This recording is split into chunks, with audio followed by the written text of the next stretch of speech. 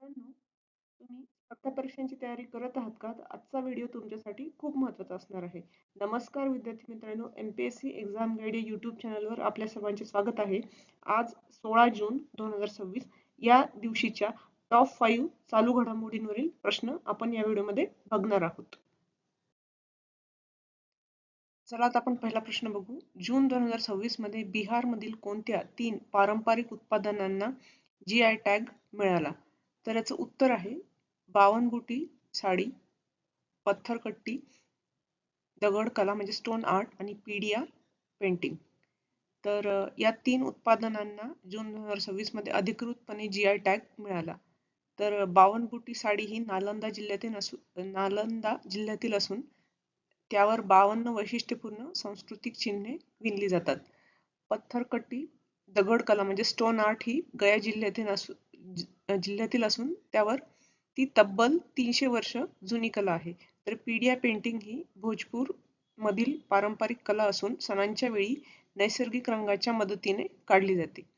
तर याच्यामधला महत्त्वाचा पॉइंट आहे की हे जे 3 उत्पादन आहेत, ह्या 3 उत्पादन जे आहेत ते त्यांची नावं तुम्ही लक्षात ठेवा आणि कोणत्या जिल्ह्यातील हे 3 उत्पादन आहेत हे तुम्ही लक्षात ठेवा. चला आता आपण पुढील प्रश्न बघू. आसाममधील किती नवीन उत्पादनांना GI टॅग प्रदान करण्यात आला? तर याचं उत्तर आहे 4. 4 हे याचं योग्य उत्तर आहे. आसाममधील 4 उत्पादनांना म्हणजे 4 उत्पादनं कोणती आहेत ती बहुपेपा, कार्बी आंगलांग हँडलूम, बांबू क्राफ्ट आणि देवरी हँडलूम ही या 4 उत्पादनांना GI टॅग मिळाला. तर या प्रक्रियेत नाबार्डने तांत्रिक आणि आर्थिक सहाय्य केले. तर या नवीन मानांकनामुळे आसाममध्ये एकूण GI टॅग मिळालेल्या उत्पादनांची संख्या आता 12 झाली आहे. तर हे जे 4 यामध्ये महत्त्वाचा जो पॉइंट आहे, ही 4 तुम्ही आसाममधील GI टॅग ज्या उत्पादनांना भेटले हे तुम्ही लक्षात ठेवा आणि कोणत्या राज्यातील आहे हे तुम्ही लक्षात ठेवा. चला आता आपण पुढील प्रश्न बघू.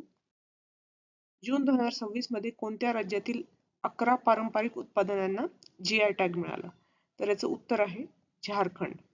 झारखंड हे याचं योग्य उत्तर आहे. तर झारखंडमधील तब्बल 11 पारंपरिक उत्पादनांना एकाच वेळी GI टॅगने मानांकित करण्यात आले. यामुळे स्थानिक आदिवासी कारागिरांच्या कौशल्याला राष्ट्रीय आणि आंतरराष्ट्रीय बाजारपेठ मिळवण्यास मोठी मदत होईल. तर ही जी 11 पारंपरिक उत्पादने कोणती आहेत हे आपण बघू. तर कुचाई सिल्क साडी व फॅब्रिक, डोकरा क्राफ्ट आणि मुंडा ज्वेलरी, केसरिया कलाकंद व भोया साडी, बरोनी पेंटिंग्स, तुमका चादर, झारखंड बांबू क्राफ्ट, तुसार सिल्क आणि साड्या, जाडो पाटिया पेंटिंग आणि पंचो साडी आणि फॅब्रिक. तर मित्रांनो, यामध्ये हा एक महत्त्वाचा प्रश्न आहे कारण की झारखंडमधील 11 पारंपरिक उत्पादनांना GI टॅग मिळाला आहे. तर ही 11 पारंपरिक उत्पादने तुम्ही लक्षात ठेवा. राज्य कोणतं आहे हे लक्षात ठेवा, झारखंड. आणि मित्रांनो, परीक्षेत असेही प्रश्न विचारले जाऊ शकतात.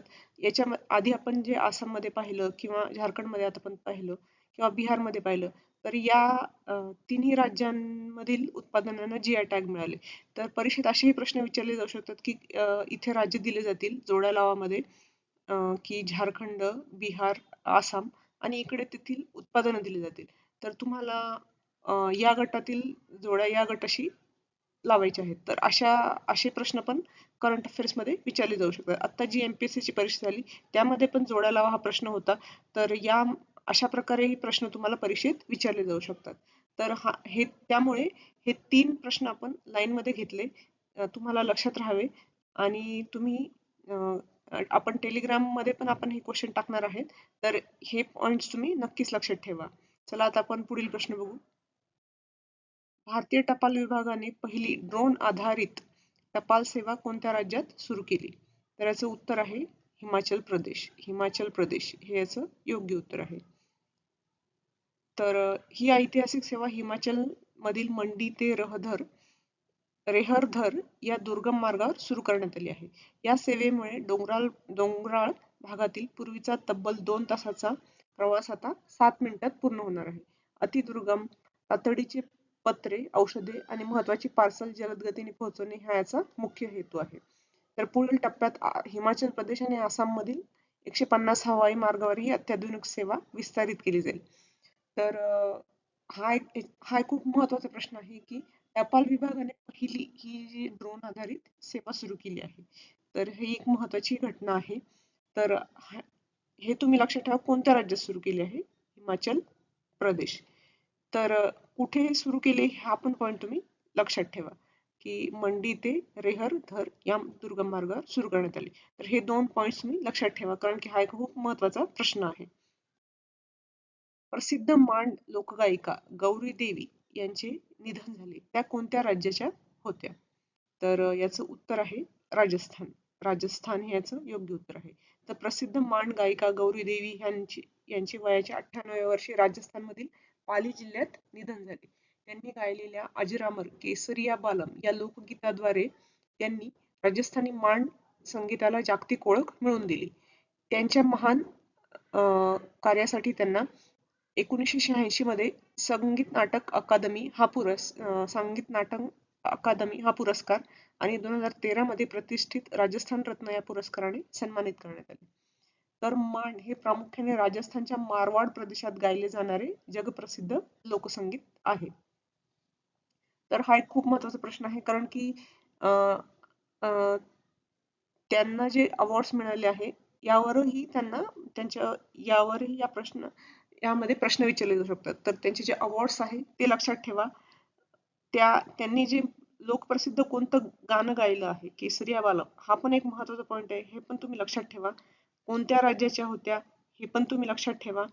आणि ह्या म्हणजे प्रसिद्ध मांड गाय या जी लोकसंगीत आहे हे याच्या गायिका होत्या. तर हे पण तुम्ही लक्षात ठेवा कारण की हे खूप महत्वाचे पॉइंट्स आहेत. तर मित्रांनो हे होते आजचे टॉप 5 चालू घडामोडींवरील प्रश्न. तुम्हाला आजचे प्रश्न कसे वाटले हे कमेंट मध्ये नक्की सांगा. आणि आजचा व्हिडिओ आवडला असेल तर या व्हिडिओला नक्की लाईक करा, शेअर करा. आणि आपण हे प्रश्न टेलिग्राम चॅनलवर दिले आहेत. तर टेलिग्राम चॅनलची लिंक आपण कमेंटमध्ये दिली आहे. त्याला पण एकदा जॉईन करा. आणि अशाच चालू घडामोडींवरील दर्जेदार प्रश्नांसाठी आजच MPSC एक्झाम गाईड या YouTube चॅनलला सबस्क्राईब करा. धन्यवाद.